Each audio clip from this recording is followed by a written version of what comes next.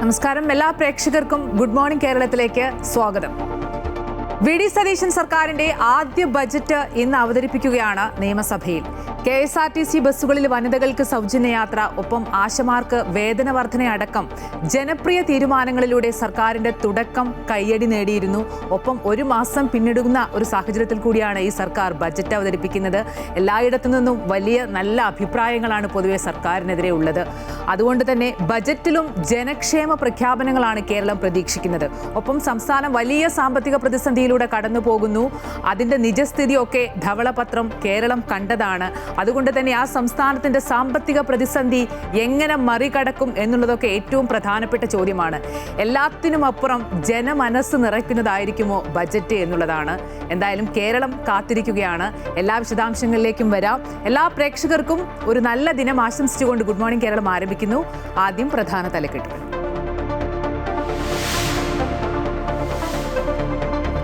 VD. Satheesan സർക്കാരിന്റെ ആദ്യ budget ഇന്ന്. മുഖ്യമന്ത്രി രാവിലെ 9 മണിക്ക് കന്നി ബജറ്റ് അവതരിപ്പിക്കും. സാമ്പത്തിക പ്രതിസന്ധിക്കിടെ ഇന്ദിരാ ഗ്യാരണ്ടി ഉൾപ്പെടെ പ്രകടന പത്രികയിലെ വാഗ്ദാനങ്ങൾ നടപ്പാക്കുമോ എന്നതിൽ ആകാംക്ഷ. സാമൂഹ്യക്ഷേമ പെൻഷനുകൾ ഉയർത്തിയേക്കും. ജീവനക്കാരുടെ ക്ഷാമബത്ത കുടിശ്ശികയും പെൻഷൻ പദ്ധതിയും പ്രഖ്യാപിക്കും. കിഫ്ബിയെ പൂർണ്ണമായും ധനവകുപ്പിന് കീഴിലാക്കി ഭേദഗതി കൊണ്ടുവരും. ഉദ്യോഗസ്ഥരുടെ യോഗം വിളിച്ച ഗവർണറുടെ നടപടിയിൽ മുഖ്യമന്ത്രിയെ കടന്നാക്രമിച്ചു പ്രതിപക്ഷ നേതാവ്. ഗവർണർക്ക് നേരിട്ട് കത്തയക്കാൻ മുഖ്യമന്ത്രിക്ക് ഭയമെന്നും ചീഫ് സെക്രട്ടറി കത്തയച്ചതിലൂടെ പ്രശ്നം ലഘൂകരിച്ചു എന്നും പിണറായി വിജയൻ. ഭരണഘടനാ ലംഘനമുണ്ടായിട്ടും പ്രതിഷേധിക്കാതെ ദയനീയമായി കീഴടങ്ങിയെന്നും വിമർശനം.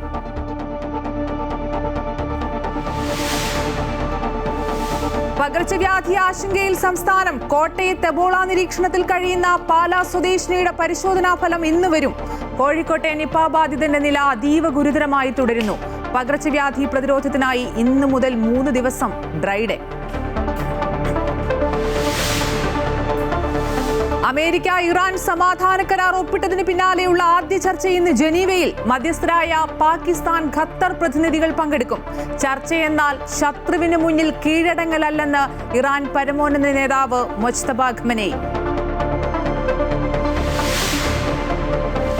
ലോകകപ്പ് ഫുട്ബോളിൽ ഖത്തറിനെ തകർത്ത് കാനഡ. ജയം. എതിരില്ലാത്ത 6 ഗോളുകൾക്ക്. Jonathan ഡേവിഡിന് hat trick. മലയാളി താരം തഹ്സീൻ അഹമ്മദ് കളിച്ചില്ല. ബോസ്നിയയെ 1-നെതിരെ 4 ഗോളുകൾക്ക് തകർത്ത് സ്വിറ്റ്സർലൻഡ്.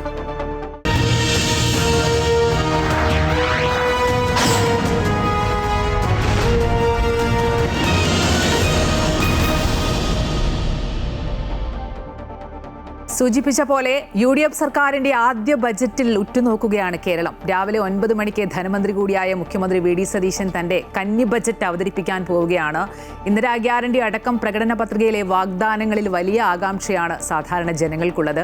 സാമൂഹ്യക്ഷേമ പെൻഷൻ ഉയർത്തിയേക്കും. ഒപ്പം ജീവനക്കാരുടെ ക്ഷാമബത്ത കുടിശ്ശികയും പെൻഷൻ പദ്ധതിയും ഒക്കെ പ്രഖ്യാപിക്കുമെന്നുള്ള സൂചനകളുണ്ട്. കിഫ്ബിയെ പൂർണ്ണമായും ധനവകുപ്പിന് കീഴിലാക്കി ഭേദഗതി കൊണ്ടുവരും. തനത് വരുമാനം വർദ്ധിപ്പിക്കാനുള്ള പ്രഖ്യാപനങ്ങളൊക്കെ ഈ ബജറ്റിലുണ്ട് എന്ന് തന്നെയാണ് പ്രതീക്ഷിക്കുന്നത്. വിവരങ്ങളുമായി അൺഫിലിറ്റ് ഡിസൂസ ചേരുന്നു. അൺഫിലിറ്റ്, 10 വർഷത്തിന് ശേഷമുള്ള UDF സർക്കാരിന്റെ ബജറ്റാണ്. അതുകൊണ്ട് തന്നെ കേരളം വലിയ ആകാംക്ഷയോടെയാണ് ഉറ്റുനോക്കുന്നത്. ഓരോരുത്തർക്കും പലതരത്തിലുള്ള ആകാംക്ഷയാണ്. എന്ത് പ്രതീക്ഷിക്കാം ബജറ്റിൽ?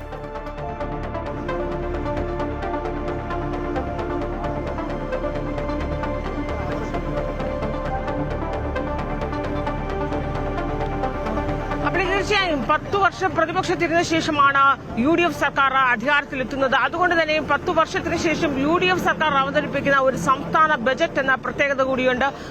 വി.ഡി. സതീശൻ മുഖ്യമന്ത്രി, അദ്ദേഹം ധനവകുപ്പ് കൈകാര്യം ചെയ്യുന്നു. വി.ഡി. സതീശൻ തന്റെ കന്നി ബജറ്റാണ് അവതരിപ്പിക്കുന്നത്. മുഖ്യമന്ത്രി എന്ന നിലയിൽ, ധനമന്ത്രി എന്ന നിലയിൽ അദ്ദേഹത്തിന്റെ കന്നി ബജറ്റ് കൂടിയാണ് അവതരിപ്പിക്കുന്നത്.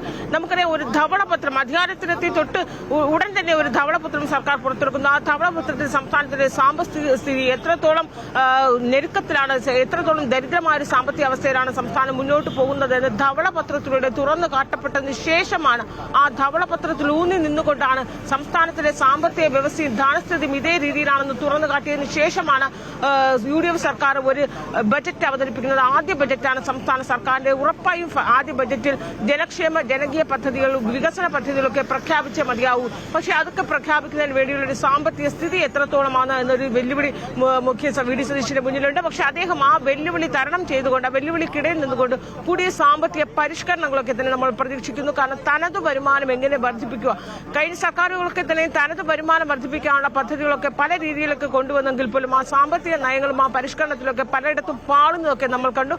അതിനപ്പുറത്തേക്ക് UDF സർക്കാരിന്റെ സാമ്പത്തിക നയവും സാമ്പത്തിക പരിഷ്കരണവും തനത് ആഭ്യന്തര വരുമാനം വർദ്ധിപ്പിക്കാനുള്ള പദ്ധതികൾ അത് തന്നെയാണ് പ്രതീക്ഷയോടെ എല്ലാവരും ഉറ്റുനോക്കുന്നത്. അതേസമയം സർക്കാരിന് മുന്നിലുള്ള ഏറ്റവും പ്രധാന ഒരു അജണ്ട അല്ലെങ്കിൽ ഏറ്റവും പ്രധാനമായും സർക്കാർ ഊന്നൽ നൽകുന്നത് ഇന്ദിരാ ഗ്യാരണ്ടി, പ്രകടന പത്രികയിൽ പറഞ്ഞ ഇന്ദിരാ ഗ്യാരണ്ടി ഉൾപ്പെടെയുള്ള പദ്ധതികൾ, ആ പദ്ധതികൾ നടപ്പാക്കുക. അതിൽ KSRTCയിൽ വനിതകൾക്ക് സൗജന്യ യാത്ര അടക്കമുള്ള പദ്ധതികളൊക്കെ നേരത്തെ തന്നെ ബജറ്റിന് മുമ്പ് തന്നെ അത് പ്രഖ്യാപിച്ച് നടപ്പാക്കി കഴിഞ്ഞിരിക്കുകയാണ്. ഇനി അത് എങ്ങനെ ഏതൊക്കെ രീതിയിൽ പ്രാവർത്തികമാക്കുമെന്നുള്ളതും അതിന്റെ എങ്ങനെയാണ് അതിന്റെ വരുമാനം എന്നുള്ളതുമൊക്കെ അതിന്റെ വരുമാന സ്രോതസ്സും അതിനുള്ള ഫണ്ട് എങ്ങനെ വിനിയോഗിക്കുക, ആ ഫണ്ട് എങ്ങനെയാണ് ബജറ്റിൽ ഉൾപ്പെടുത്തുക, ഇതൊക്കെ തന്നെ ഈ ബജറ്റിന്റെ വിശദാംശങ്ങൾ ഉണ്ടാകും. ഏറ്റവും വലിയ പ്രധാനമായും സ്ത്രീകളുടെ KSRTCയിലെ സൗജന്യ യാത്ര, ഉമ്മൻചാണ്ടി ഇൻഷുറൻസ്, ആരോഗ്യ ഇൻഷുറൻസ് പദ്ധതി അടക്കം, സ്ത്രീകൾക്ക് പെൺകുട്ടികളുടെ വിദ്യാഭ്യാസത്തിനുള്ള പദ്ധതി, ഇതടക്കമുള്ള ഇന്ദിരാ ഗ്യാരണ്ടിയിൽ പറഞ്ഞ പ്രകടന പത്രികയിൽ പറഞ്ഞ വാഗ്ദാനങ്ങളൊക്കെ തന്നെയും പാലിക്കപ്പെടേണ്ടതുണ്ട്. എല്ലാവരും ഉയർത്തുന്നത് സാമൂഹ്യക്ഷേമ പെൻഷൻ 3000 രൂപയാക്കി വർദ്ധിപ്പിക്കുമെന്ന് പ്രഖ്യാപിച്ചുകൊണ്ടായിരുന്നു സർക്കാർ അധികാരത്തിൽ വന്നത്. ആ 3000 രൂപ എന്നതിൽ ഇപ്പോൾ നിലവിൽ 2000 രൂപയാണ് പെൻഷൻ. അതിൽ ഉയർന്ന തുക ഒരു 100-200 രൂപ, ഏറ്റവും കുറഞ്ഞ തുകയെങ്കിലും നേരിയൊരു വർധനവ് ക്ഷേമ പെൻഷനിൽ ഉണ്ടാകുമെന്ന് തന്നെയാണ് പ്രതീക്ഷിക്കുന്നത്. ഇതടക്കമുള്ള വിവിധ പദ്ധതികളുടെ ഒരു പ്രഖ്യാപനം നമ്മൾ പ്രതീക്ഷിക്കുന്നു. അതിനപ്പുറത്തേക്ക് എല്ലാവരും ജീവനക്കാരുടെ പെൻഷൻ ശമ്പളം ഉൾപ്പെടെ, ജീവനക്കാരുടെ ശമ്പള പരിഷ്കരണം ഉൾപ്പെടെ, അതോടൊപ്പം തന്നെ ഒരു പെൻഷൻ, പങ്കാളിത്ത പെൻഷൻ, ഇപ്പോൾ നിലവിലുള്ളത് അഷ്വേർഡ് പെൻഷനാണ്. കഴിഞ്ഞ സർക്കാരിന്റെ അവസാന സമയത്ത് പ്രഖ്യാപിച്ചതാണ് അഷ്വേർഡ് പെൻഷൻ. അഷ്വേർഡ് പെൻഷൻ മാറ്റി വീണ്ടും പങ്കാളിത്ത പെൻഷൻ പുതിയ പരിഷ്കരണ രീതിയിൽ കൊണ്ടുവരും തന്നെയാണ് സൂചനകളാണ് പുറത്തു വരുന്നത്. ഇതൊക്കെ നിരവധി പ്രഖ്യാപനങ്ങൾ, അതോടൊപ്പം തന്നെ ജീവനക്കാരെ സന്തോഷിപ്പിക്കുന്ന തൃപ്തിപ്പെടുത്തുന്ന പ്രഖ്യാപനങ്ങളൊക്കെ തന്നെ നമ്മൾ പ്രതീക്ഷിക്കാം. ശമ്പള കുടിശ്ശിക, DA ക്ഷാമബത്ത കുടിശ്ശിക, ഒരു ഗഡു ക്ഷാമബത്ത കുടിശ്ശികയെങ്കിലും അതിന്റെ പ്രഖ്യാപനം നമ്മൾ പ്രതീക്ഷിക്കുന്നു.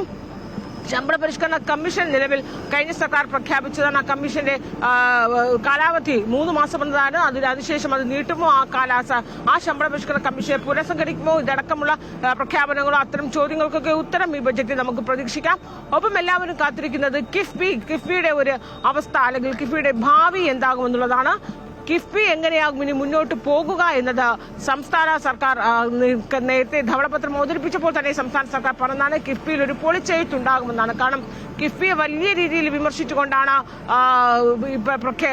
ധവളപത്രത്തിൽ ഉണ്ടായിരുന്നത്. കാരണം കിഫ്ബി ഒരു സമാന്തര സർക്കാരായി പ്രവർത്തിച്ചതാണ് സംസ്ഥാനത്തിലെ സാമ്പത്തിക ഘടന തകിടം മറിയുന്നതിനുള്ള കാരണമെന്നൊക്കെയുള്ള ശക്തമായ വിമർശനമാണ് ഉണ്ടായിരുന്നത്. അതുകൊണ്ട് തന്നെ കിഫ്ബി നിയമപരമായതിനാൽ അതിനെ കിഫ്ബിയെ പൂർണ്ണമായി കളയാൻ സർക്കാരിന് കഴിയില്ല. നിയമ ഭേദഗതി കൊണ്ടുവന്ന് കിഫ്ബി നിലവിൽ ഓഫ് ബജറ്റാണ്, ബജറ്റിന് പുറത്താണ്. അത് പൂർണ്ണമായും ധനവകുപ്പിന്റെ നിയന്ത്രണത്തിലാക്കുന്ന പ്രഖ്യാപനങ്ങളും പദ്ധതികളും ഒക്കെ തന്നെ നമുക്ക് ഈ ബജറ്റിൽ പ്രതീക്ഷിക്കാം. എന്നാലും പുതിയ സാമ്പത്തിക പരിഷ്കരണ പദ്ധതികളും ഒപ്പം തന്നെ ക്ഷേമ വികസന പദ്ധതികളും ഒക്കെ തന്നെയും ഈ ആദ്യ ബജറ്റ്, UDF സർക്കാരിന്റെ ആദ്യ ബജറ്റ് നമ്മൾ പ്രതീക്ഷിക്കുകയാണ്. ആമ്പിളി ഓക്കെ, അൺഫിറ്റിലേക്ക് മടങ്ങിയെത്താം. UDF സർക്കാരിന്റെ ആദ്യ ബജറ്റിൽ പറഞ്ഞ പോലെ ഉറ്റുനോക്കുകയാണ് കേരളം. രാവിലെ 9 മണിക്കാണ് ധനമന്ത്രി കൂടിയായ മുഖ്യമന്ത്രി VD സതീശന്റെ കന്നി ബജറ്റ് അവതരണം.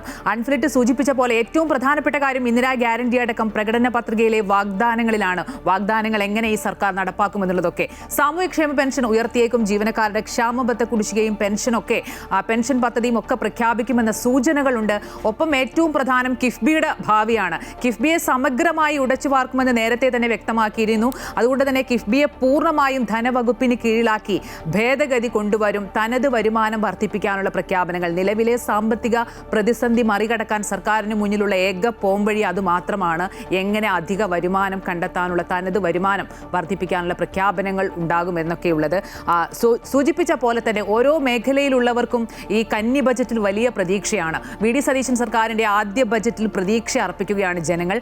അവശ്യ സാധനങ്ങൾക്ക് വില കുറയണം, വിദ്യാർത്ഥികളുടെ ക്ഷേമത്തിനായി പ്രത്യേക പദ്ധതികൾ, തൊഴിലില്ലായ്മ പരിഹരിക്കുന്നതിനുള്ള പ്രഖ്യാപനങ്ങൾ തുടങ്ങിയവ ബജറ്റിൽ ഉണ്ടാകുമോ എന്നാണ് സാധാരണക്കാരെ സംബന്ധിച്ച് അവർ ഉറ്റുനോക്കുന്ന ഏറ്റവും പ്രധാനപ്പെട്ട കാര്യം. ചില പ്രതികരണങ്ങൾ കാണാം. എല്ലാ സാധനത്തിൻ്റെ വില കുറഞ്ഞ് കിട്ടണം, അത് തന്നെ മെയിനായിട്ട് വേണ്ടത്. സാധാരണക്കാർക്ക് ജീവിക്കാൻ പറ്റുന്ന രീതിയിൽ ഒരു അന്തരീക്ഷം ഉണ്ടാക്കിയെടുക്കുക. അവശ്യ സാധനങ്ങൾക്കൊക്കെ വില ഇത്തിരി കുറയണം, ഗ്യാസൊക്കെ കൂടി വരരുത്, കുറയണം. എന്ത് പ്രതീക്ഷ? ഒരു പ്രതീക്ഷയില്ല. എന്തായാലും ഈ പ്രാവശ്യത്തെ ബജറ്റ് വളരെ ഗംഭീരമാവും. ഓക്കെ, VD അത്രയധികം സ്റ്റഡി ചെയ്തിട്ടാണ് പുള്ളി മുന്നോട്ട് നീങ്ങുന്നത്, മനസ്സിലായില്ലേ? അതുകൊണ്ട് വളരെ ഭംഗിയായിട്ട് ഉണ്ടാവും എന്നുള്ള പ്രതീക്ഷയിലാണ്. വിജയ് TVKയുടെ വിജയ് ചെയ്ത പോലെ ഒരു കാര്യം, ജയിൽ പുള്ളികൾക്ക് വലിയ രീതിയിലുള്ള ഭക്ഷണവും കാര്യങ്ങളൊക്കെ കൊടുക്കുന്ന ഒഴിവാക്കിയിട്ട് ആ സ്കൂൾ കുട്ടികൾക്ക് കൊടുക്കുകയാണെന്നുണ്ടെങ്കിൽ വളരെ നല്ലൊരു കാര്യമായിരിക്കും.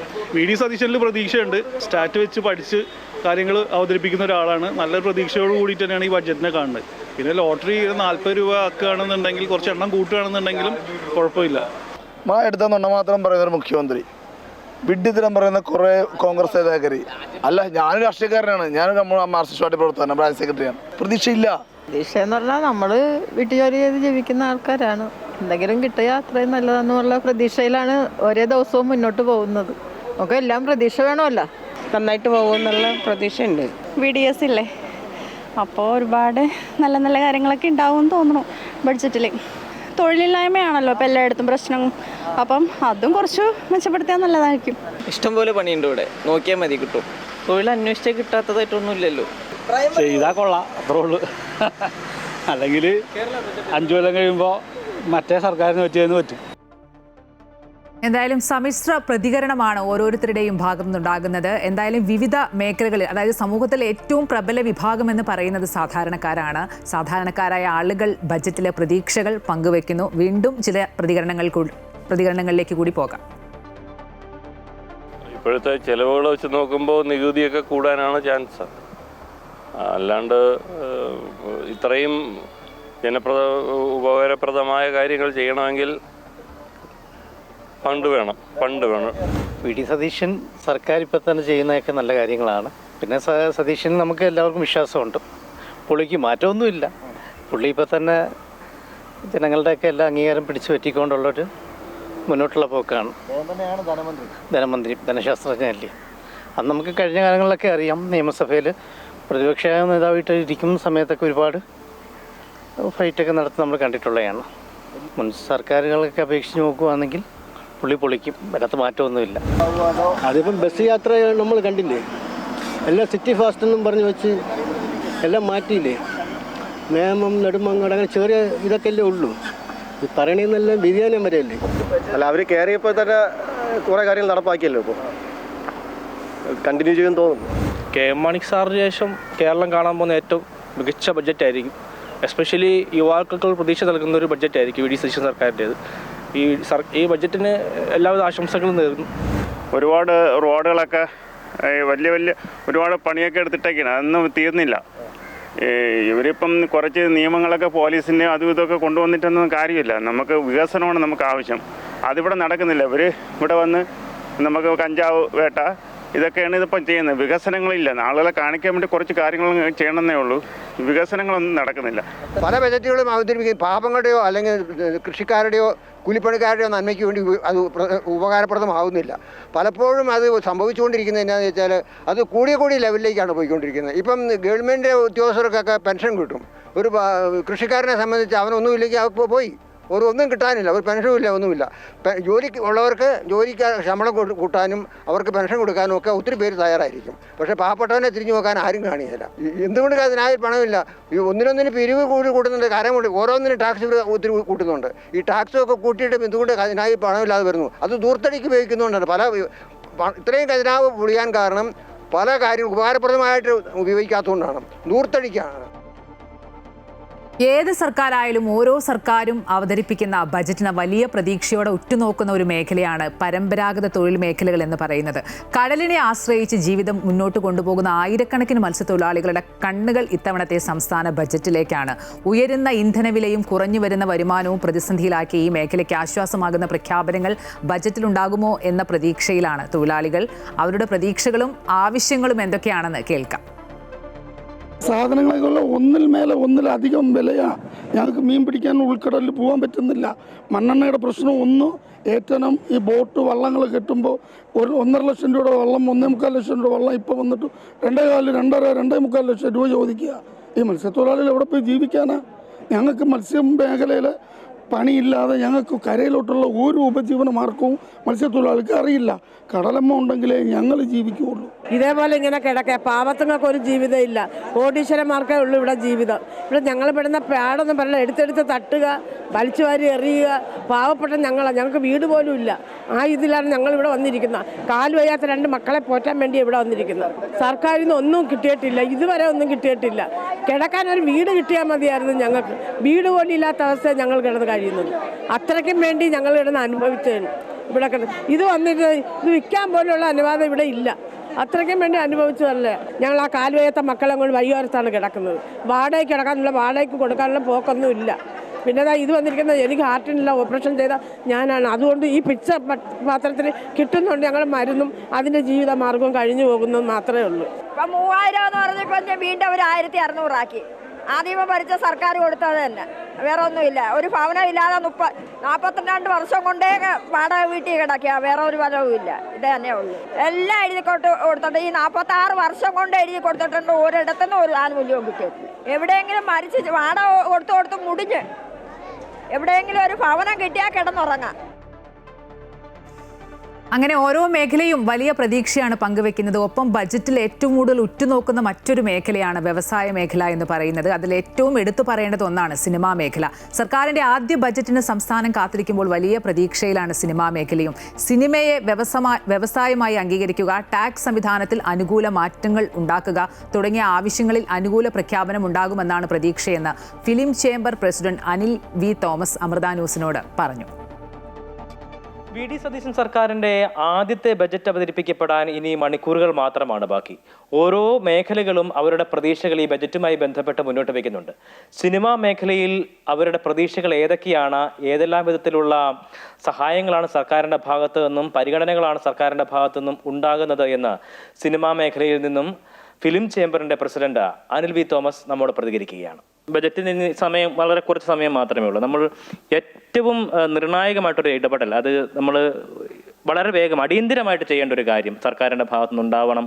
അത് ഏതാണെന്ന് ചോദിച്ചാൽ എന്തായിരിക്കും ഒരു മറുപടി? അത് ഈ എൻ്റർടൈൻമെൻറ്റ് ടാക്സ് നിർത്തലാക്കുക എന്നുള്ളതാണ് ഏറ്റവും അടിയന്തരമായിട്ട് ചെയ്യേണ്ട കാര്യം. 2017 ശേഷം ഇപ്പോൾ ഏകദേശം 9 വർഷം, ഈ 9 വർഷവും ഒരു വിഭാഗം ഡബിൾ ടാക്സേഷൻ അല്ല ശരിക്കും പറഞ്ഞാൽ. അതിൻ്റെ എക്കണോമിക്സ് അറിയാമെന്ന് പറഞ്ഞാൽ ട്രിപ്പിൾ ടാക്സേഷൻ വരും.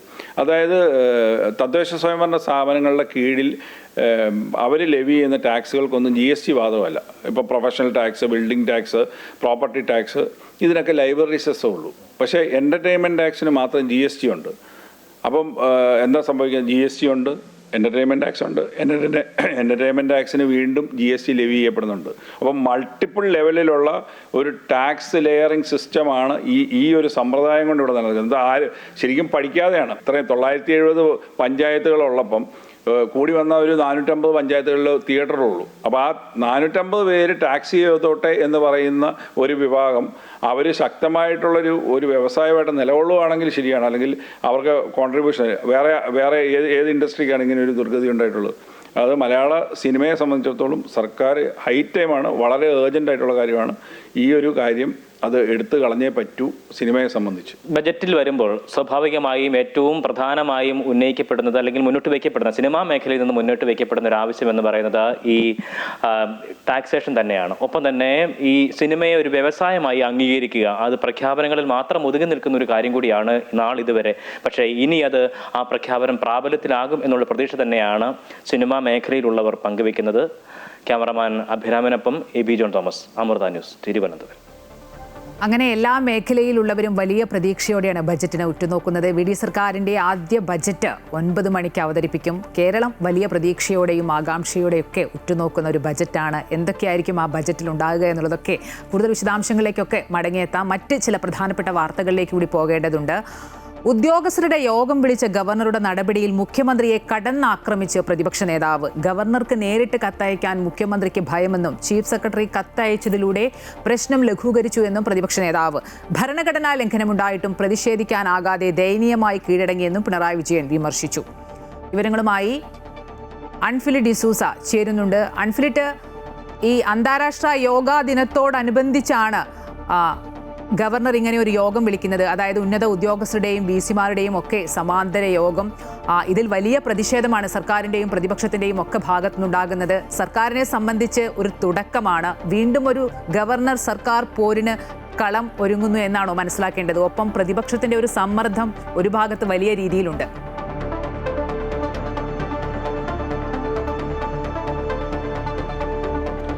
തീർച്ചയായും അമ്പിളി, കാരണം അന്താരാഷ്ട്ര യോഗ ദിനത്തോടനുബന്ധിച്ചാണ് ഗവർണർ രാജേന്ദ്ര അർലേക്കർ ഈ ഉദ്യോഗസ്ഥരുടെ യോഗം വിളിച്ചത്. പക്ഷെ ആ യോഗത്തിൽ ഗവർണർ വിളിച്ചു ചേർത്ത ആ യോഗത്തിൽ ഉദ്യോഗസ്ഥരൊക്കെ പങ്കെടുക്കുകയും ചെയ്തു. പക്ഷേ അതിനുശേഷം ഇങ്ങനെ ഒരു യോഗം വിളിച്ച് ഗവർണർ ഉദ്യോഗസ്ഥരെയൊക്കെ പങ്കെടുപ്പിച്ചതിന് ശേഷം ഈ ഒരു വിഷയത്തിൽ മുഖ്യമന്ത്രി പ്രതികരിക്കുകയോ സർക്കാരിന്റെ ഭാഗത്തു നിന്നൊരു പ്രതിഷേധമോ പ്രതികരണമോ യാതൊന്നും ഉണ്ടായില്ല. കഴിഞ്ഞ ദിവസം പ്രതിപക്ഷ നേതാവ് പിണറായി വിജയൻ വാർത്താസമ്മേളനം നടത്തുമ്പോഴാണ് ഗവർണർ സമാന്തര സർക്കാരായി ഭരിക്കുന്ന ഒരു സംവിധാനം, ഒരിക്കലും ഗവർണർ ഉദ്യോഗസ്ഥരുടെ യോഗം വിളിക്കാൻ പാടില്ല, അത് ഭരണഘടനാ ലംഘനമാണ്, ഇത്തരത്തിലൊരു യോഗം വിളിക്കാൻ നമുക്ക് സർക്കാരോ സർക്കാർ സംവിധാനങ്ങളോ മുഖ്യമന്ത്രി ഓഫീസോ ഒന്നും തന്നെ അറിഞ്ഞിട്ടില്ല എന്ന് വിമർശിക്കുകയും മാത്രമല്ല ഇങ്ങനൊരു സംഭവം ഉണ്ടായിട്ട് മുഖ്യമന്ത്രിയുടെ ഭാഗത്ത് യാതൊരു പ്രതികരണവും കണ്ടില്ല എന്ന് പറയുമ്പോൾ തന്നെ UDF-ഉം BJP-യും തമ്മിലൊരു കൂട്ടുകെട്ടാണ് എന്ന രീതിയിലുള്ള പരാമർശം ആരോപണം ഉയർത്തിയാണ് മുഖ്യമന്ത്രി പ്രതിപക്ഷ നേതാവ് പിണറായി വിജയൻ ഇതിൽ കടുത്ത വിമർശനം ഉയർത്തിയത്.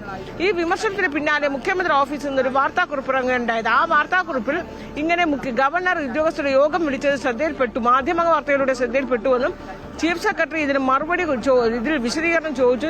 ചീഫ് സെക്രട്ടറി ഇക്കാര്യത്തിൽ അതൃപ്തി അറിയിച്ചു, ലോക്ഭവനെ അതൃപ്തി അറിയിച്ചു എന്നാണ്. മേലിൽ ഇത്തരത്തിൽ സർക്കാർ സംവിധാനങ്ങളെ അറിയിക്കാതെ സർക്കാരിന്റെ അനുമതി ഇല്ലാതെ ഇങ്ങനെ ഒരു യോഗം ഗവർണർ വിളിക്കാൻ പാടില്ല എന്ന് ചീഫ് സെക്രട്ടറി കത്തിലൂടെ അതിന്റെ അതൃപ്തി അറിയിച്ചു എന്നാണ് മുഖ്യമന്ത്രി ഓഫീസ് വ്യക്തമാക്കിയത്. പക്ഷെ അതിനുശേഷം രാത്രിയേറെ വൈകി വീണ്ടും പ്രതിപക്ഷ നേതാവ് കടുത്ത വിമർശനമാണ് ഈ ഒരു വിഷയത്തിൽ മുഖ്യമന്ത്രിക്കെതിരെ ഉയർത്തിയത്. അതായത് മുഖ്യമന്ത്രി ഈ ഒരു ഭരണഘടന തികച്ചും ഗുരുതരമായ ഒരു ഭരണഘടനാ ലംഘനമാണ് ഗവർണറുടെ ഭാഗത്തുനിന്നുണ്ടായത്.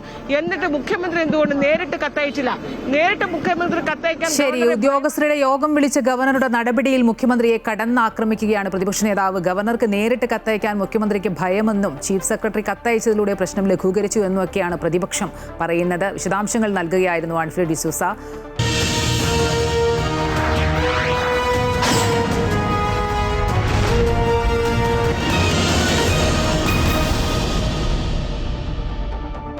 വീണ്ടും ബജറ്റ് സംബന്ധിച്ച റിപ്പോർട്ടുകളിലേക്കാണ്. VD സർക്കാരിന്റെ കന്നി ബജറ്റിൽ പ്രതീക്ഷകൾ ഏറെയാണ് സംസ്ഥാനത്തിന്. എന്തൊക്കെ പ്രതീക്ഷകൾ ഉണ്ട് ഓരോ വിഭാഗത്തിനും? സംസ്ഥാനം സാമ്പത്തിക പ്രതിസന്ധിയിൽ എന്ന ധവളപത്രത്തിന് പിന്നാലെ വരുന്ന ബജറ്റ് എത്രത്തോളം ജനകീയമാകും? ഏതൊക്കെ മേഖലകൾ കൂന്നൽ നൽകും? ഒപ്പം അതൊക്കെ എല്ലാ രീതിയിലും വലിയ പ്രതീക്ഷയാണ് സാധാരണക്കാരായ ജനങ്ങളും അതുപോലെ തന്നെ വ്യവസായ മേഖലയും. നമ്മൾ നേരത്തെ കണ്ടു, പലതരത്തിലുള്ള ആളുകൾ പല രീതിയിലുള്ള പ്രതീക്ഷകളും ആകാംക്ഷകളും ഒക്കെയാണ് പങ്കുവെക്കുന്നത്. എന്തായാലും ഈ ബജറ്റിനെ, അതായത് UDF സർക്കാരിൻ്റെ ആദ്യ കന്നി ബജറ്റാണ് 9 മണിക്ക് നിയമസഭയിൽ VD സതീശൻ അവതരിപ്പിക്കാൻ പോകുന്നത്. അതിൻ്റെ വിലയിരുത്തലുകളുമായി സാമ്പത്തിക വിദഗ്ധൻ ഡോക്ടർ N. നിയതി ചേരുകയാണ്. ശ്രീ നിയതി, സൂചിപ്പിച്ച പോലെ ഏറ്റവും പ്രധാനപ്പെട്ട കാര്യം, ഈ സംസ്ഥാനം വലിയ സാമ്പത്തിക പ്രതിസന്ധിയിലൂടെ, അതായത് സമാനതകളില്ലാത്തൊരു സാമ്പത്തിക പ്രതിസന്ധിയിലൂടെ കടന്നു പോകുന്നു. അതിൻ്റെ നിജസ്ഥിതി എന്താണ് എന്ന് കേരളത്തോട് ഈ UDF സർക്കാർ അധികാരമേറ്റ ശേഷം വന്നതാണ്. പക്ഷേ ഈ ജനങ്ങൾക്ക് നൽകിയ, തെരഞ്ഞെടുപ്പിന് മുമ്പ് നൽകിയ വലിയ പ്രഖ്യാപനങ്ങളുണ്ട്.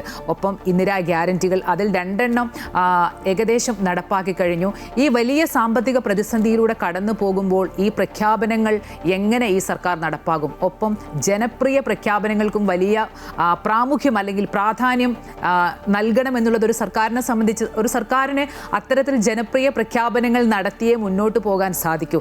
സമീപകാലങ്ങളിലും അല്ലെങ്കിൽ കഴിഞ്ഞ എല്ലാ കാലങ്ങളിലും നമ്മൾ കണ്ടിട്ടുള്ളതാണ്. അപ്പോൾ ഇത്തരത്തിൽ വലിയ സാമ്പത്തിക പ്രതിസന്ധി നേരിടുമ്പോൾ എങ്ങനെ ഈ പ്രഖ്യാപനങ്ങളൊക്കെ UDF സർക്കാർ നടപ്പാക്കും? എങ്ങനെ ജനങ്ങൾക്ക് നൽകിയ വാഗ്ദാനങ്ങളിൽ ഉറപ്പ് നൽകാനാകും? വലിയ പ്രതീക്ഷയോടും അതോടൊപ്പം വലിയ വാഗ്ദാനങ്ങളും നൽകിക്കൊണ്ടാണ് ഐക്യ ജനാധിപത്യ മുന്നണി ഗവൺമെൻറ് 2026 നിയമസഭാ തെരഞ്ഞെടുപ്പിൽ അധികാരത്തിൽ വന്നത്. അപ്പോൾ അവർ പ്രഖ്യാപിച്ച വാഗ്ദാനങ്ങൾ നടപ്പിലാക്കുന്നതിനും അതേപോലെ ഇന്നത്തെ സാമ്പത്തിക സ്ഥിതി സ്തംഭിപ്പിച്ചിട്ടുള്ള വികസന പ്രവർത്തനങ്ങൾ തിരിച്ചു കൊണ്ടുവരുന്നതിനും എത്രമാത്രം സഹായകരമായ പരിപാടികളായിരിക്കും UDF സർക്കാർ 2026-27 റിവൈസ്ഡ് ബഡ്ജറ്റിൽ കൊണ്ടുവരുന്നത് എന്നത് ജനങ്ങൾ വളരെ ആകാംക്ഷയോടെ കാത്തിരിക്കുകയാണ്. നമ്മൾ ഈ ബഡ്ജറ്റിനെ പറ്റി സംസാരിക്കാൻ തുടങ്ങുന്നതിന് മുമ്പ് 2 കാര്യങ്ങൾ മനസ്സിലാക്കേണ്ടതുണ്ട്. 2026-27 അധികാരം വിട്ടുപോയ LDF സർക്കാർ ഒരു സമ്പൂർണ്ണ ബഡ്ജറ്റ് തയ്യാറാക്കി അവതരിപ്പിച്ച് ഒരുപാട് വാഗ്ദാനങ്ങളും ഒരുപാട് ബാധ്യതകളും സൃഷ്ടിച്ചിട്ടാണ് അധികാരം ഒഴിഞ്ഞു പോയത്. രണ്ടാമത്തെ പ്രത്യേകത എന്ന് പറയുന്നത്, സാധാരണ ഗവൺമെൻറ് ഓഫ് ഇന്ത്യയുടെ ബഡ്ജറ്റ് അവതരിപ്പിച്ച് കഴിഞ്ഞതിന് ശേഷമാണ് സംസ്ഥാന ഗവൺമെൻറ് ബഡ്ജറ്റ് അവതരിപ്പിക്കുന്നത്. അപ്പോൾ മാത്രമേ ഗവൺമെൻറ് ഓഫ് ഇന്ത്യയിൽ നിന്നും എത്രമാത്രം ധനസഹായം സംസ്ഥാനത്തിന് കിട്ടും എന്ന് മനസ്സിലാക്കാൻ കഴിയുകയുള്ളൂ. പക്ഷേ ഈ രണ്ട് കാര്യങ്ങളും വിസ്മരിച്ചുകൊണ്ടാണ് 2026-27 ബഡ്ജറ്റ് ഇടത് ജനാധിപത്യ മുന്നണി തയ്യാറാക്കി അവതരിപ്പിച്ചത്. ഇതൊരു സമ്പൂർണ്ണ ബഡ്ജറ്റുമാണ്. അതിലൊരുപാട് വാഗ്ദാനങ്ങൾ ചെയ്തിട്ടുണ്ട്. അത് കൂടുതലും ക്ഷേമ പ്രവർത്തനങ്ങളാണ്. അതുപോലെ തന്നെ അതിൻ്റെ ഭാഗമായിട്ടായിരുന്നു നിയമസഭാ തെരഞ്ഞെടുപ്പിന് മുമ്പ് മുഖ്യമന്ത്രി തനതായിട്ട് ഒരു 10,000 കോടി രൂപയുടെ പ്രഖ്യാപനം നടത്തിയിട്ടുണ്ടായിരുന്നു. അതിൽ കൂടുതലും ക്ഷേമ പ്രവർത്തനങ്ങളാണ്. അത് ഈ ഗവൺമെൻറ് തുടരുമോ എന്നുള്ളത് ഇന്നത്തെ ബഡ്ജറ്റിൽ കൂടെ നമുക്കറിയാൻ പറ്റും. അത് തുടരാതിരിക്കാൻ കഴിയുകയില്ല, കാരണം അത് ക്ഷേമ പ്രവർത്തനങ്ങളാണ്. അതേപോലെ തന്നെ UDF ഗവൺമെൻറ് ജനങ്ങൾക്ക് നൽകിയ വാഗ്ദാനങ്ങളുണ്ട്. അതിൽ പ്രധാനപ്പെട്ടത് ഇന്ദിരാ ഗ്യാരണ്ടിയാണ്. അതിന് വേണ്ടുന്ന ധനം എങ്ങനെ സമാഹരിക്കും, അതിനുള്ള ശേഷി ഇന്ന് സാമ്പത്തിക വ്യവസ്ഥിതിക്കുണ്ടോ ഇല്ലയോ എന്നുള്ളതിനെ പറ്റിയും ഒരു വ്യക്തമായ രൂപം തവളപത്രത്തിൽ കൂടെ പുറത്തു വന്നെങ്കിൽ തന്നെയും അത് ബഡ്ജറ്റിൽ കൂടി എങ്ങനെ പരിഹരിക്കും എന്നുള്ളത് നമ്മൾ കാണേണ്ട വസ്തുത തന്നെയാണ്.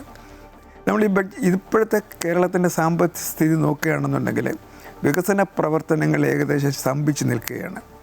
കാരണം 14ാം പഞ്ചവത്സര പദ്ധതി 22-27 നടപ്പിലാക്കേണ്ടതായിരുന്നു. അതിന് ഇതുവരെ അടങ്കൽ തുക നിശ്ചയിച്ചിട്ടില്ല. ഓരോ സാമ്പത്തിക വർഷത്തിലും വാർഷിക പദ്ധതിക്ക് വേണ്ടിയുള്ള അടങ്കൽ തുക ചിലപ്പോൾ നിശ്ചലമായിട്ട് നിൽക്കുന്നു, ചിലപ്പം കുറഞ്ഞു വരുന്നു. അപ്പോൾ അങ്ങനെ നമ്മുടെ വികസന പ്രവർത്തനങ്ങൾ ഒരു സ്തംഭനാവസ്ഥയിൽ നിൽക്കുന്ന അവസരത്തിലാണ് ഈ ബഡ്ജറ്റ് അവതരിപ്പിക്കുന്നത്.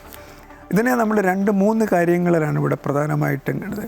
വിഭവ സമാഹരണം എത്രമാത്രം വിജയിപ്പിക്കാൻ കഴിയും, ഈ വിഭവ സമാഹരണം നടത്തിക്കിട്ടുന്ന ധനം വ്യക്തമായൊരു ധന മാനേജ്മെൻറ്റിലൂടെ എങ്ങനെ ഗവൺമെൻറ് നടപ്പിലാക്കാൻ കഴിയും എന്നുള്ളതിനെ ആശ്രയിച്ചിരിക്കും അടുത്ത 5 വർഷത്തെ ഗവൺമെൻറ്റിൻ്റെ ക്ഷേമ പ്രവർത്തനങ്ങളും അതുപോലെ അടിസ്ഥാന വികസന സൗകര്യങ്ങൾക്ക് വേണ്ടി ചെലവഴിക്കുന്ന ഈ ധനവിനിയോഗവും എന്ന് നമ്മൾ മുൻകൂട്ടി മനസ്സിലാക്കേണ്ടതായിട്ടുണ്ട്. ഇപ്പം കേരളത്തെ സംബന്ധിച്ചിടത്തോളം ആദ്യത്തെ പ്രധാനപ്പെട്ട പ്രശ്നം ഈ വികസന സ്തംഭനാവസ്ഥ ക്രിയേറ്റ് ചെയ്ത സാമ്പത്തിക അച്ചടക്കമില്ലായ്മയും അതേപോലെ സാമ്പത്തിക സ്തംഭനാവസ്ഥയുമാണ്. അത് വിഭവ സമാഹരണത്തിൻ്റെ കാര്യം പറയുകയാണെന്നുണ്ടെങ്കിൽ, ഒന്ന് തനത് വരുമാനമുണ്ട്, 2 ഗവൺമെൻറ് ഓഫ് ഇന്ത്യയിൽ നിന്നും കിട്ടുന്ന വരുമാനമുണ്ട്.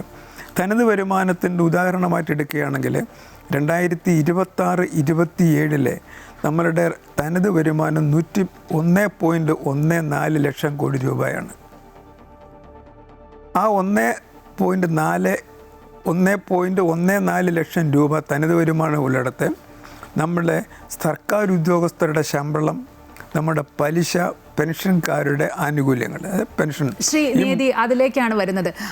കാരണം ഈ ബജറ്റ് എന്ന് പറയുന്നത് എന്തായാലും ബജറ്റിലൊരു വിസ്മയം ഉണ്ടാകുമെന്നാണ് VD സതീശൻ പറയുന്നത്. കാരണം ഇപ്പോൾ സൂചിപ്പിച്ച പോലെ ആ വിസ്മയം കാണിച്ചേ മതിയാവൂ. കാരണം സംസ്ഥാനം വലിയ സാമ്പത്തിക പ്രതിസന്ധിയിലൂടെ പോകുന്നു. ഇപ്പോൾ പറഞ്ഞ പോലെ തന്നെ 5 ലക്ഷം കോടിയിലധികം ബാധ്യത സംസ്ഥാനത്തിന് നിലവിൽ ഉണ്ട്.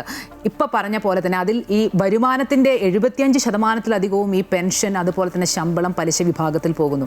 അപ്പോൾ നേരത്തെ ചൂണ്ടിക്കാട്ടിയ പോലെ പിന്നെ വികസന പദ്ധതികൾ നടപ്പാക്കാൻ പണമില്ല. സാമ്പത്തിക അച്ചടക്കം പറയുകയാണെങ്കിൽ എല്ലാ സർക്കാരും അധികാരമേൽക്കുമ്പോൾ ആദ്യം പറയുന്നതാണ് ചെലവ് ചുരുക്കൽ, ഒപ്പം അധിക വരുമാനം കണ്ടെത്തണം. ഈ ഖജനാവിൽ പണമില്ലെങ്കിൽ പിന്നെ വികസന പദ്ധതികൾ നടപ്പാക്കാൻ സാധിക്കില്ലല്ലോ. ഒപ്പം ജനക്ഷേമ പദ്ധതികളിൽ ഒരിക്കലും ഒരു സർക്കാരിനും കൈവയ്ക്കാനുമാകില്ല.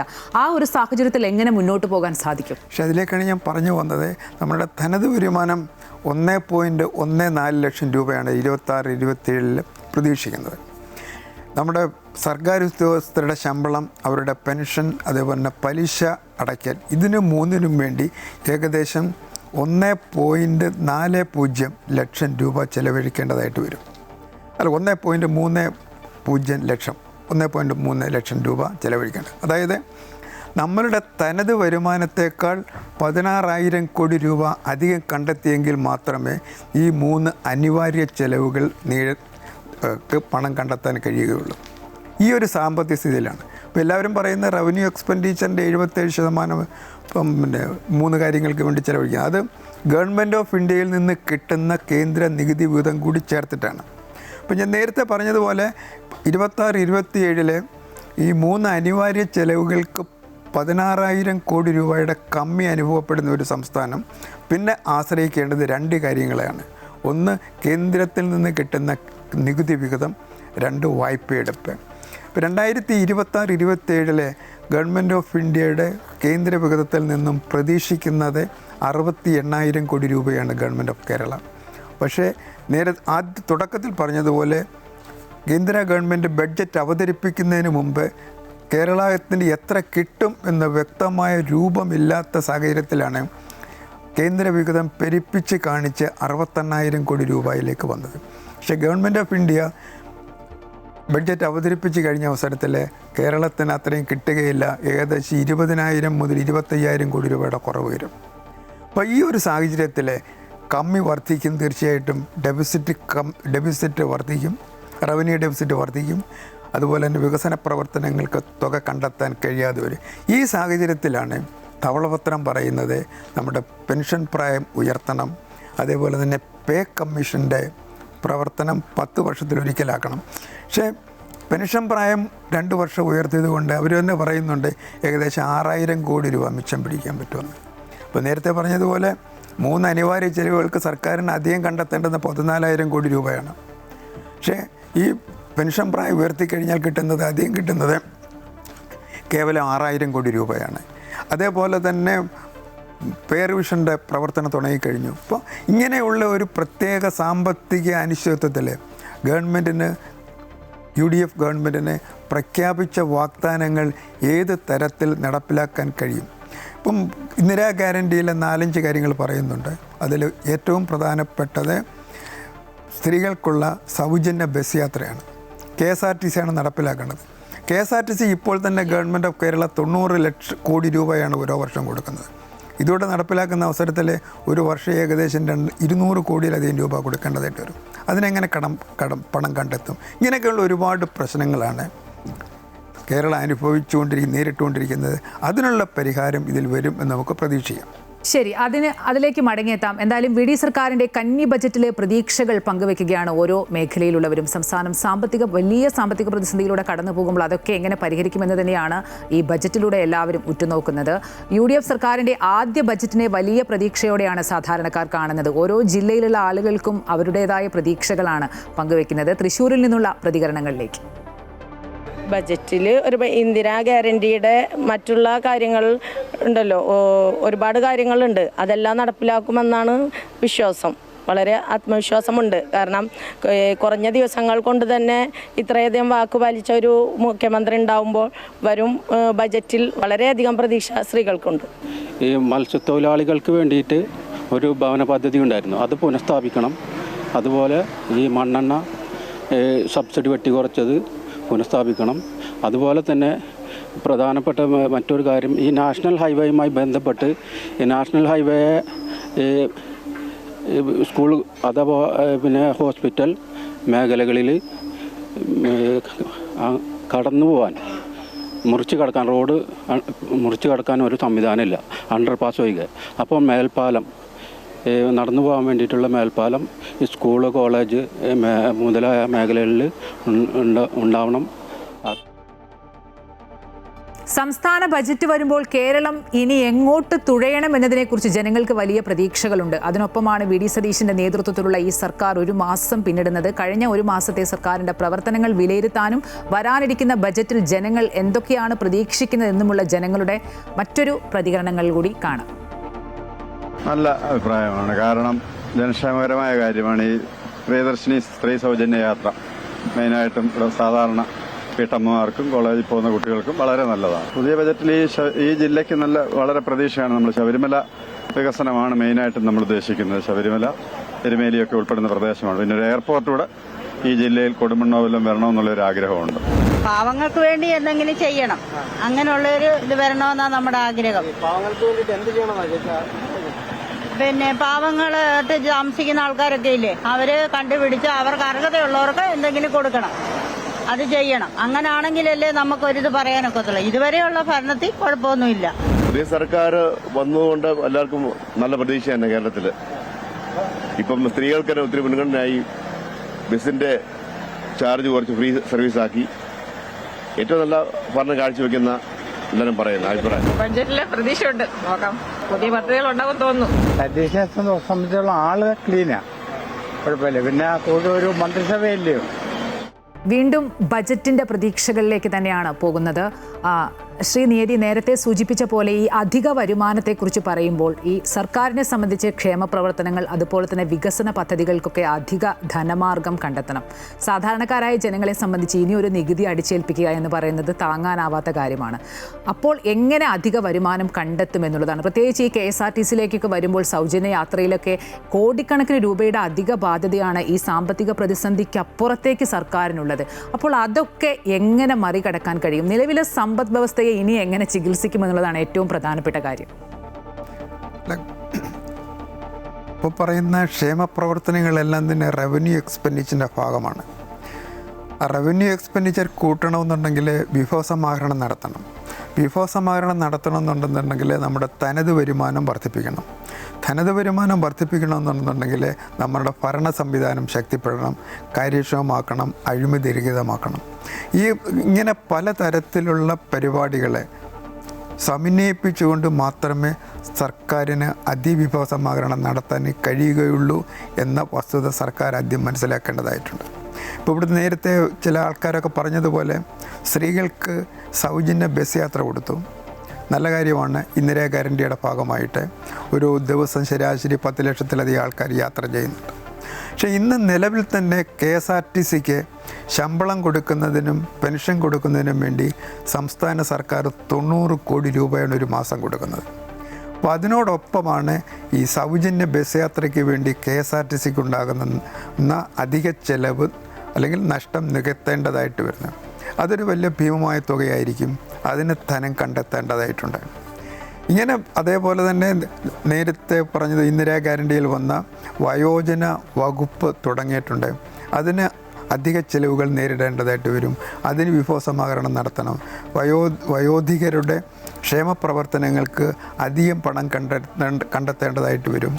അതേപോലെ തന്നെയാണ് ക്ഷേമ പെൻഷൻ്റെ കാര്യം. ഒന്ന് ഇടപെടുകയാണ്. കന്റോൺമെന്റ് ഹൗസിൽ നിന്നുള്ള ദൃശ്യങ്ങളാണ് പ്രേക്ഷകർ കാണുന്നത്. UDF സർക്കാരിന്റെ ആദ്യ കന്നി ബജറ്റ് അവതരിപ്പിക്കാൻ ഇനി വളരെ കുറച്ച് സമയം മാത്രമേ ഉള്ളൂ.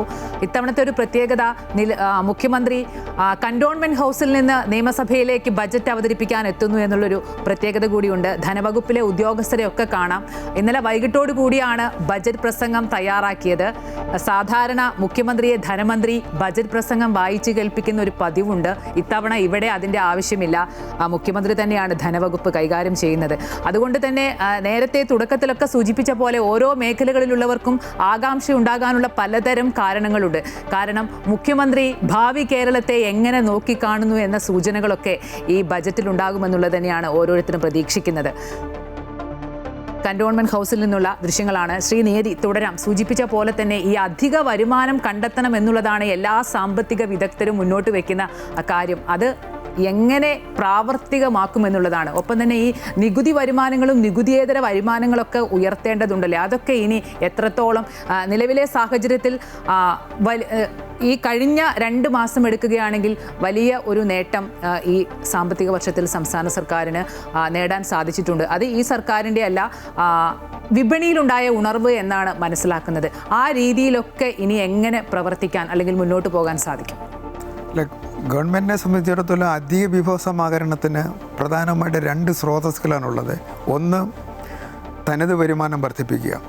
ഇപ്പം തനത് വരുമാനത്തിൻ്റെ കാര്യം നോക്കുന്ന അവസരത്തിൽ നമ്മളുടെ തനത് വരുമാന വിഭവസമാഹരണ ശേഷി എത്രയാണെന്ന് ഗവൺമെൻറ് ആദ്യം മനസ്സിലാക്കേണ്ടതായിട്ടുണ്ട്. ഉദാഹരണത്തിന് 2024-25 നമ്മളുടെ സംസ്ഥാന ആഭ്യന്തര ഉൽപ്പാദനത്തിൻ്റെ ഏകദേശം 6.5% വിഭവസമാഹരണം നടത്തിയിരുന്നു, നികുതി വരുമാനം നടത്തിയിരുന്നു. പക്ഷേ 2025-26 ആയപ്പോഴേക്കും അത് 6% താഴെ പോയി. 26-27 അത് പ്രതീക്ഷിക്കുന്നത് 5.5% മാത്രമാണ്. ഇപ്പോൾ ഇവിടെയാണ് നമ്മൾ മനസ്സിലാക്കേണ്ടത് തനത് വരുമാനം വർദ്ധിപ്പിക്കുന്നതിനുള്ള ശക്തമായ നിലപാട് ഗവൺമെൻറ് സ്വീകരിച്ച് നമ്മുടെ ആഭ്യന്തര ഉൽപ്പാദനത്തിൻ്റെ ഏകദേശം 8% തനത് വിഭവ സമാഹരണം നടത്താൻ കഴിയുമെന്നുണ്ടെങ്കിൽ ഒരു വർഷം ശരാശരി ഒരു 20-25 കോടി രൂപ അധികം കണ്ടെത്താൻ സാധിക്കും. അത് ക്ഷേമ പ്രവർത്തനങ്ങൾക്ക് വേണ്ടി ചെലവഴിക്കാൻ, അതിനു വേണ്ടിയുള്ള അധിക വിഭവ സമാഹരണ ശ്രമം മുഖ്യമന്ത്രി ഈ 26-27 ബഡ്ജറ്റിൽ ആരംഭിക്കും എന്ന് നമുക്ക് മനസ്സിലാക്കാൻ കഴിയും. അതിലേക്കാണ് വരുന്നത്. നമുക്കറിയാം, നിലവിലെ മുഖ്യമന്ത്രി വി.ഡി. സതീശൻ ഈ സാമ്പത്തിക കാര്യങ്ങളിലൊക്കെ വലിയ ഗ്രാഹ്യമുള്ള ആളാണ്. അതുകൊണ്ട് തന്നെ അത്തരത്തിലുള്ള നടപടിക്രമങ്ങൾ ഈ ബജറ്റിൽ പ്രതീക്ഷിക്കുന്നുണ്ടോ? കാരണം ഈ സർക്കാരിനെ സംബന്ധിച്ച് ജനങ്ങൾക്ക് നൽകിയ വാഗ്ദാനങ്ങളുണ്ട്. അത് ഒറ്റയടിക്ക് നടപ്പാക്കുന്നതിന് പകരം ഘട്ടം ഘട്ടമായി നടപ്പാക്കുക എന്നുള്ളതൊക്കെയാണ് ഓരോ സാമ്പത്തിക വിദഗ്ധരൊക്കെ മുന്നോട്ട് വെക്കുന്നത്. ആ രീതിയിൽ എങ്ങനെയാണ് ബജറ്റിനെ കാണുന്നത്? അല്ല, അതിന് അടിസ്ഥാന വർഷം 2026-27 ആണ്.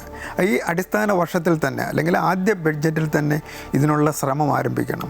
അതിന് 2 കാര്യങ്ങളാണ് ചിന്തിക്കേണ്ടത്. ഒന്ന്, അതിവിഭവ സമാഹരണത്തിൻ്റെ 2 മാർഗ്ഗങ്ങൾ ഉപയോഗിക്കാം. ഒന്ന്, ഭരണ സംവിധാനം ശക്തിപ്പെടുത്താം, കാര്യക്ഷമമാക്കാം, അത് റേറ്റ് കൂട്ടാതെ കണ്ടിട്ട്. അതൊരു കാര്യമാണ്. രണ്ടാമത്തേത്, അതിവിഭവ സമാഹരണത്തിന് വേണ്ടി റേറ്റ് കൂട്ടുക എന്നുള്ളത്.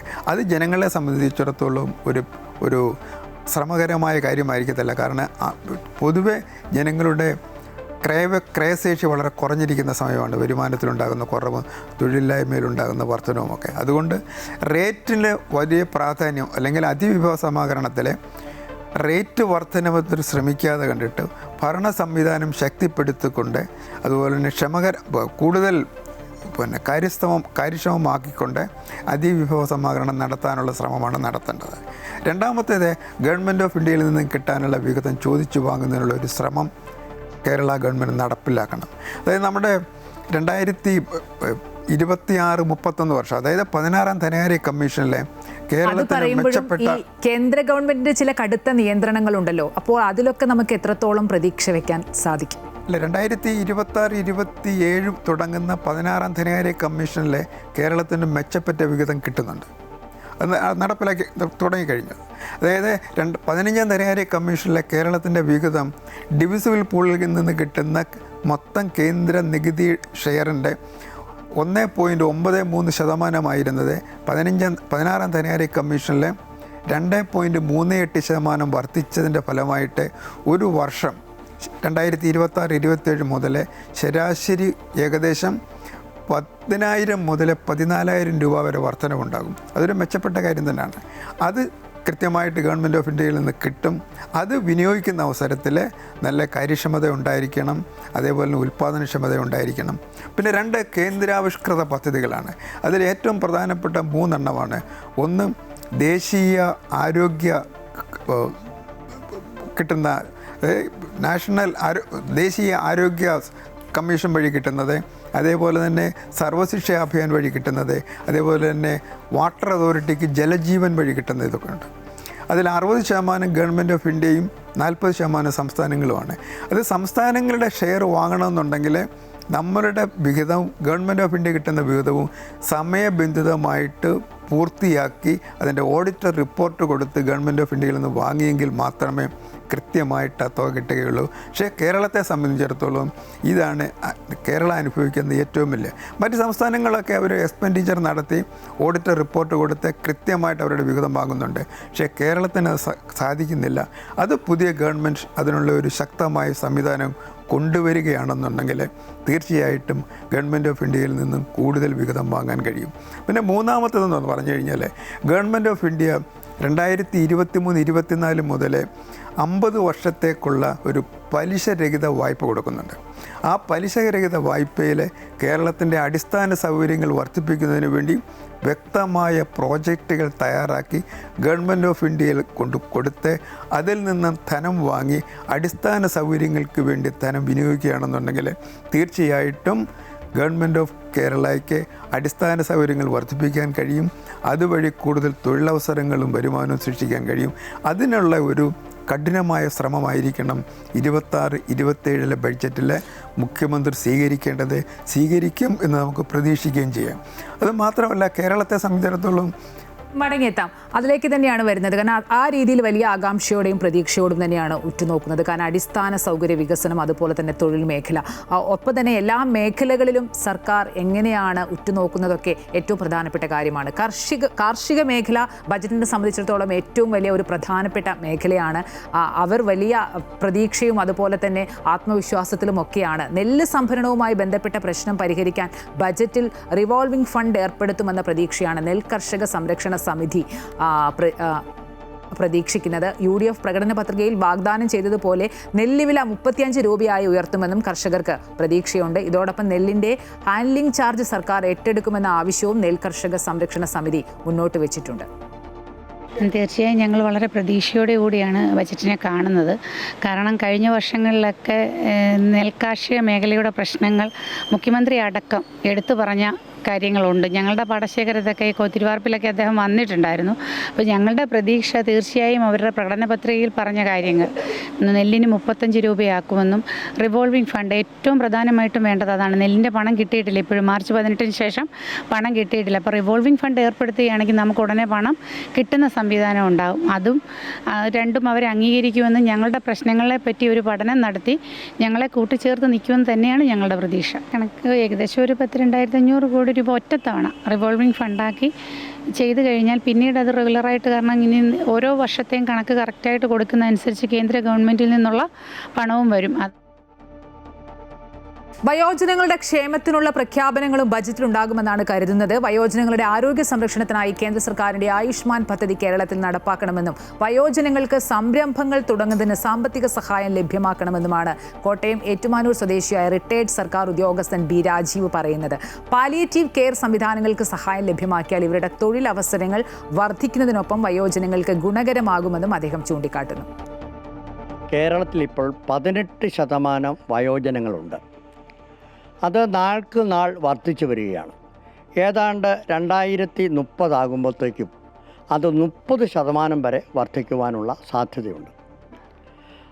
ഈ വയോജന വകുപ്പ് കൊണ്ട് ഉദ്ദേശിക്കുന്നത് വയോജനങ്ങൾക്ക് എങ്ങനെയാണ് ഏതെല്ലാം രീതിയിലുള്ള പദ്ധതികൾ നടപ്പാക്കിയാൽ അവരുടെ സുരക്ഷിതത്വം ഉറപ്പാക്കാൻ കഴിയും എന്നാണ് സർക്കാരിൻ്റെ പദ്ധതിയിലുള്ളത് എന്നാണ് ഞാൻ വിചാരിക്കുന്നത്. ഒന്നാമതായിട്ട് ഈ വയോജനങ്ങൾക്കെല്ലാം അനുദിനം വരുന്ന ആരോഗ്യ പ്രശ്നം ഒരു വലിയ പ്രശ്നമാണ്. അതാണ് നമ്മുടെ കേന്ദ്ര ഗവൺമെൻറ് ആയുഷ്മാൻ ഭാരത് എന്ന് പറയുന്ന ഒരു പദ്ധതിയുണ്ട്. ആ പദ്ധതി അടിയന്തരമായി കേരളത്തിൽ നടപ്പാക്കണമെന്നാണ് ഒരു നിർദ്ദേശം എനിക്ക് പറയുവാനുള്ളത്. ബജറ്റ് സംബന്ധിച്ച റിപ്പോർട്ടുകളിലേക്ക് തന്നെയാണ് 9 മണിക്ക് VD സർക്കാർ അവതരിപ്പിക്കുന്ന ബജറ്റിൽ കേരളം വലിയ പ്രതീക്ഷയോടെയാണ് കാത്തിരിക്കുന്നത്. നമ്മോടൊപ്പം സാമ്പത്തിക വിദഗ്ധൻ ഡോക്ടർ എൻ നിയതി തുടരുന്നുണ്ട്. ശ്രീ നിയതി, ഇപ്പോൾ നമ്മൾ കണ്ടൊരു റിപ്പോർട്ടുണ്ട് ഈ വയോജനങ്ങളുടെ ക്ഷേമത്തിനുള്ള പ്രഖ്യാപനങ്ങൾ. നമുക്കറിയാം ഈ സർക്കാരിൻ്റെ ഏറ്റവും പ്രധാനപ്പെട്ട, ഇപ്പോൾ ആരും അധികം ശ്രദ്ധിക്കാത്ത ഒന്നാണ് ഈ വയോജന വകുപ്പ് എന്നുള്ളത് തന്നെ. അത് തന്നെ സംസ്ഥാനത്ത് ആദ്യമാണ്. നമ്മളെ സമൂഹത്തിൽ വലിയ പരിഗണന നൽകേണ്ട ഒരു വിഭാഗമാണ് വയോജനങ്ങൾ എന്ന് പറയുന്നത്. അവരുടെ ക്ഷേമവും അവരുടെ പ്രശ്നങ്ങൾ പരിഹരിക്കാനുള്ള ശ്രമം എന്ന് പറയുന്നത് തന്നെ വലിയ കാര്യമാണ്. അപ്പോൾ ആ വകുപ്പ് ഇനി എങ്ങനെ ഏകോപിപ്പിക്കും? സർക്കാർ എന്താണോ ലക്ഷ്യം വെക്കുന്നത് ആ സേവനങ്ങൾ അർഹരിലേക്ക് എത്തിക്കുക എന്നുള്ളതൊക്കെ പ്രധാനപ്പെട്ടതാണല്ലോ. അത് സംബന്ധിച്ചൊക്കെ എങ്ങനെയാണ് ഈ ബജറ്റിൽ പ്രതീക്ഷിക്കുന്നത്? 60 വയസ്സിന് മുകളിലുള്ളവരാണ് വയോജനങ്ങളായിട്ട് നമ്മുടെ നിർവചനത്തിൽ വരുന്നത്. ഈ ഗവൺമെൻറ് അധികാരത്തിൽ വന്ന് ആദ്യം ചെയ്തത് വയോജന വകുപ്പ് ആരംഭിക്കുക ആയിരുന്നു. അത് നല്ലതൊരു കാര്യം തന്നെയാണ്. ആ വകുപ്പ് തുടങ്ങുന്ന അവസരത്തിൽ വയോജനങ്ങൾക്ക് പ്രത്യേകമായിട്ട് വികസന പ്രവർത്തനങ്ങൾ കൊണ്ടുവരേണ്ടതായിട്ട് വരും. ഇവിടെ 2 കാര്യങ്ങളാണ് നമ്മൾ മനസ്സിലാക്കേണ്ടുന്നത്.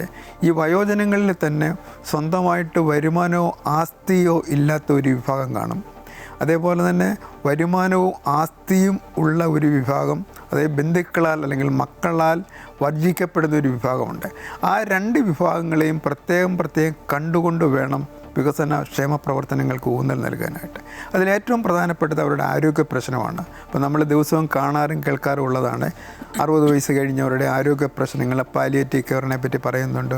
അതേപോലെ തന്നെ മറ്റു മാരക രോഗങ്ങളാൽ കഴിയുന്നവരുടെ കാര്യങ്ങളൊക്കെ പറയുന്നുണ്ട്. അതുകൊണ്ട് നമ്മളുടെ ആരോഗ്യ സംവിധാനം ശക്തിപ്പെടുത്തിക്കൊണ്ട് നമ്മളുടെ സീനിയർ സിറ്റിസൺസിന് അല്ലെങ്കിൽ വയോജനങ്ങൾക്ക് മെച്ചപ്പെട്ട ആരോഗ്യ പരിപാലന സൗകര്യങ്ങളും അതേപോലെ തന്നെ അവരുടെ ഭക്ഷണാവശ്യങ്ങളും അതുപോലെ തന്നെ ഭവന ആവശ്യങ്ങൾ നിറവേറ്റാനുള്ള ഒരു ആത്മാർത്ഥമായ ശ്രമം UDF ഗവൺമെൻറ് 2026-27 തന്നെ ആരംഭിക്കും എന്ന് നമുക്ക് പ്രതീക്ഷിക്കാം. ഇന്ദിരാ ഗ്യാരണ്ടിയുടെ ഭാഗമായിട്ട് അതിനുള്ള അവസരം കിട്ടിയിട്ടുണ്ട്. ആദ്യം 2 കാര്യങ്ങളാണ് ചെയ്യേണ്ടുന്നത്. അർഹരായിട്ടുള്ള വയോജനങ്ങൾക്കായിട്ട് പരിഗണന കൊടുക്കുകയും രണ്ടാമത്തെ പരിഗണന മാത്രം സമ്പന്നരായിട്ട് സ്വന്തമായിട്ട് വരുമാനമുള്ളവരും ആസ്തി ഉള്ളവരും മറ്റുള്ളവരെ പരിഗണിക്കേണ്ടത്. അപ്പോൾ അതിന് പ്രധാനമായിട്ട് നമ്മൾ ചെയ്യേണ്ടത് ആരോഗ്യ മേഖല ശക്തിപ്പെടുത്തുക എന്നുള്ളതാണ്. ആരോഗ്യ മേഖല എന്ന് പറയുമ്പോൾ നമ്മുടെ പ്രാഥമിക ആരോഗ്യ കേന്ദ്രങ്ങൾ മുതൽ അതിന് താഴെയുള്ള സബ് സെൻറ്റേഴ്സ് മുതൽ മെഡിക്കൽ കോളേജ് വരെയുള്ള ആരോഗ്യ സ്ഥാപനങ്ങളുടെ പ്രവർത്തനശേഷി മെച്ചപ്പെടുത്തുക, അവരുടെ സർവീസ് മെച്ചപ്പെടുത്തുക. അങ്ങനെ സർവീസ് മെച്ചപ്പെടുത്തണം എന്നുണ്ടെന്നുണ്ടെങ്കിൽ ആവശ്യത്തിന് ഡോക്ടർമാരെയും മറ്റ് പാരാമെഡിക്കൽ സ്റ്റാഫിനെയും നിയമിക്കണം. അതേപോലെ തന്നെ അവർക്ക് വേണ്ടുന്ന മരുന്നും മറ്റ് വൈദ്യ ഉപകരണങ്ങളും കൃത്യമായിട്ട് വാങ്ങി വിതരണം ചെയ്യുന്നതിനുള്ളൊരു സംവിധാനം ഉണ്ടാക്കണം. അതേപോലെ തന്നെ വയോജനങ്ങൾക്ക് കൃത്യസമയത്ത് ഭക്ഷണം വേണ്ടവർക്ക് ഭക്ഷണം എത്തിക്കണം. മറ്റ് ആരോഗ്യ പ്രശ്നങ്ങളുള്ളവർക്ക് മരുന്നും മറ്റ് സഹായങ്ങളും എത്തിക്കാനുള്ള ഒരു സമഗ്രമായ പരിപാടി വയോജന വകുപ്പും ആരോഗ്യ മേഖലയും സംയുക്തമായിട്ട് നടപ്പിലാക്കുകയാണെന്നുണ്ടെങ്കിൽ തീർച്ചയായിട്ടും ഈ വകുപ്പ് പ്രയോജനം ചെയ്യും. അപ്പോൾ നമ്മൾ കേരളത്തിൽ ഏറ്റവും കൂടുതൽ പ്രശ്നം അഭിമുഖീകരിക്കുന്നൊരു മേഖലയാണ് ആരോഗ്യ മേഖല. അത് മെഡിക്കൽ കോളേജുകൾ മുതൽ താഴോട്ട് പ്രാഥമിക ആരോഗ്യ കേന്ദ്രങ്ങൾ വരെയുണ്ട്. സമയത്തിന് ആവശ്യത്തിന് മരുന്ന് കിട്ടാതെ വരിക, ആവശ്യത്തിന് വൈദ്യോപകരണങ്ങൾ കിട്ടാതെ വരിക, കിട്ടിയാൽ തന്നെ അത് പ്രവർത്തിപ്പിക്കാനുള്ള വിദഗ്ധരെ ഇല്ലാതെ വരിക. അപ്പോൾ അങ്ങനെയാണ് കേരളത്തിലെ എല്ലാ മെഡിക്കൽ കോളേജുകളിലും ജില്ലാ ആശുപത്രികളിലും അതേപോലെ തന്നെ പ്രാഥമിക ആരോഗ്യ കേന്ദ്രങ്ങളിൽ നമ്മൾ കേൾക്കുന്നതും കാണുന്നതും. ഇതിനൊക്കെ ഒരു ശാശ്വത പരിഹാരം കാണണം എന്നുണ്ടെന്നുണ്ടെങ്കിൽ കൂടുതൽ വിഹിതം റവന്യൂ എക്സ്പെൻഡിച്ചറിന് വേണ്ടി കൂടുതൽ വിഹിതം ആരോഗ്യ മേഖലയ്ക്ക് മാറ്റിവെക്കേണ്ടതായിട്ട് വരും. അതുപോലെ തന്നെ നമ്മളുടെ പ്രാഥമിക ആരോഗ്യ സ്ഥാപനങ്ങളിലെ സർവീസ് മെച്ചപ്പെടുത്തി ഉയർന്ന തലത്തിലേക്ക് അല്ലെങ്കിൽ മെഡിക്കൽ കോളേജുകളോ ജനറൽ ഹോസ്പിറ്റലിലോ ഉള്ള തിരക്ക് കുറച്ചെങ്കിൽ മാത്രമേ ഇന്ന് കേരളത്തിലെ ആരോഗ്യ പ്രശ്നത്തിന് പരിഹാരം കാണാൻ കഴിയുകയുള്ളൂ. അതുപോലെ തന്നെ പൊതുജനാരോഗ്യത്തിന് ഏറ്റവും കൂടുതൽ പ്രാധാന്യം കൊടുക്കേണ്ടതായിട്ട് വരും. എങ്കിൽ മാത്രമേ ആരോഗ്യ മേഖലയ്ക്ക് സ്ഥിരതയുള്ള മെച്ചപ്പെട്ട ആരോഗ്യ സംവിധാനം നമുക്ക് സൃഷ്ടിക്കാൻ കഴിയുകയുള്ളൂ. അതിനുള്ള ഒരു ശ്രമം കൂടുതൽ ഔട്ട്ലേ മാറ്റി വെച്ചുകൊണ്ട് ആരോഗ്യ മേഖലയ്ക്ക് പ്രാധാന്യം കൊടുക്കും എന്നുള്ളൊരു വിശ്വാസം 2026-27 ബഡ്ജറ്റിൽ നമുക്ക് കാണാൻ കഴിയും. മടങ്ങിയെത്താം. എന്തായാലും കാർഷിക മേഖല വലിയ പ്രതീക്ഷയോടെയാണ് ഉറ്റുനോക്കുന്നത്. നേരത്തെ നമ്മൾ ഈ നെല്ല് സംഭരണവുമായി ബന്ധപ്പെട്ട പ്രതീക്ഷയൊക്കെ കണ്ടു. ഈ റബ്ബറിൻ്റെ അടിസ്ഥാന വില ഉയർത്തുന്നതിനൊപ്പം കാർഷിക മേഖലയുടെ സമഗ്രമായ പുരോഗതിക്ക് വേണ്ട പ്രഖ്യാപനങ്ങളും ബജറ്റിലുണ്ടാകുമെന്ന് പ്രതീക്ഷിക്കുകയാണ് ഈ അതുമായി ബന്ധപ്പെട്ട കാർഷിക മേഖലയിലുള്ളവരൊക്കെ. കേരളത്തിലെ കർഷകർ ഇന്ന് നടക്കുന്ന സംസ്ഥാന ബഡ്ജറ്റിനെ വലിയ പ്രതീക്ഷയോടുകൂടിയാണ് നോക്കിക്കാണുന്നത്. ഇന്ന് കാർഷിക മേഖലയിൽ ഉള്ള പ്രതിസന്ധികൾക്കെല്ലാമുള്ള ഒരു പരിഹാരം ഈ ബഡ്ജറ്റിൽ ഉണ്ടാകുമെന്നുള്ള ഉറച്ച വിശ്വാസത്തിലാണ്. അതിൽ ഈ പറയുന്ന കേരളത്തിലെ റബ്ബർ കർഷകർ അവർ വർഷങ്ങളായിട്ട് കഴിഞ്ഞ സർക്കാരിൻ്റെ കാലത്തുണ്ടായ തുടർച്ചയായ അവഗണന, അതിനുശേഷം ഇവിടുത്തെ റബ്ബർ കർഷകരെ സംരക്ഷിക്കാമെന്ന് ഉറപ്പ് നൽകി അധികാരത്തിൽ വന്ന UDF ഗവൺമെൻറ് അതിൻ്റെ ആദ്യ ബഡ്ജറ്റിൽ തന്നെ തിരഞ്ഞെടുപ്പ് വാഗ്ദാനമായി പറഞ്ഞിരുന്ന റബ്ബറിൻ്റെ അടിസ്ഥാന വില 250 രൂപയാക്കി ഉയർത്തുമെന്നുള്ള പ്രഖ്യാപനം അത് നടപ്പാക്കുമെന്നുള്ള വലിയ പ്രതീക്ഷയിലാണ്. അത്തരത്തിൽ റബ്ബറിൻ്റെ ഒരു അടിസ്ഥാന വില 250 ആക്കിയാൽ ഇപ്പോൾ റബ്ബറിന് വിപണിയിൽ ഒരു നല്ല വിലയുണ്ട്. അപ്പോൾ ആ വിലയിൽ നിന്നും പുറകോട്ട് പോകില്ല എന്നുള്ള ഒരു ഉറപ്പ് കർഷകർക്ക് ലഭിച്ചാൽ മധ്യ കേരളത്തിലെ റബ്ബർ മേഖലയ്ക്ക് അത് വലിയ തോതിൽ പ്രയോജനമുണ്ടാകും.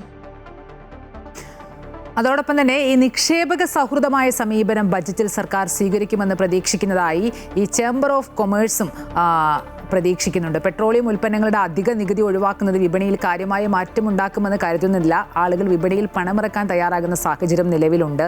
ഇതിന് പ്രോത്സാഹനം നൽകാൻ സർക്കാർ ഇടപെടൽ ഉണ്ടാവണമെന്നാണ് ചേംബർ ഓഫ് കൊമേഴ്സ് പ്രതീക്ഷിക്കുന്നത്. അല്ലെങ്കിൽ അവരുടെ ഒരു ആവശ്യം അതാണ്. ബഡ്ജറ്റാണ് ഏത് ഗവൺമെൻറ്റിൻ്റെയും നയം പുറത്തറിയുന്നത് ബഡ്ജറ്റിലൂടെയാണ്.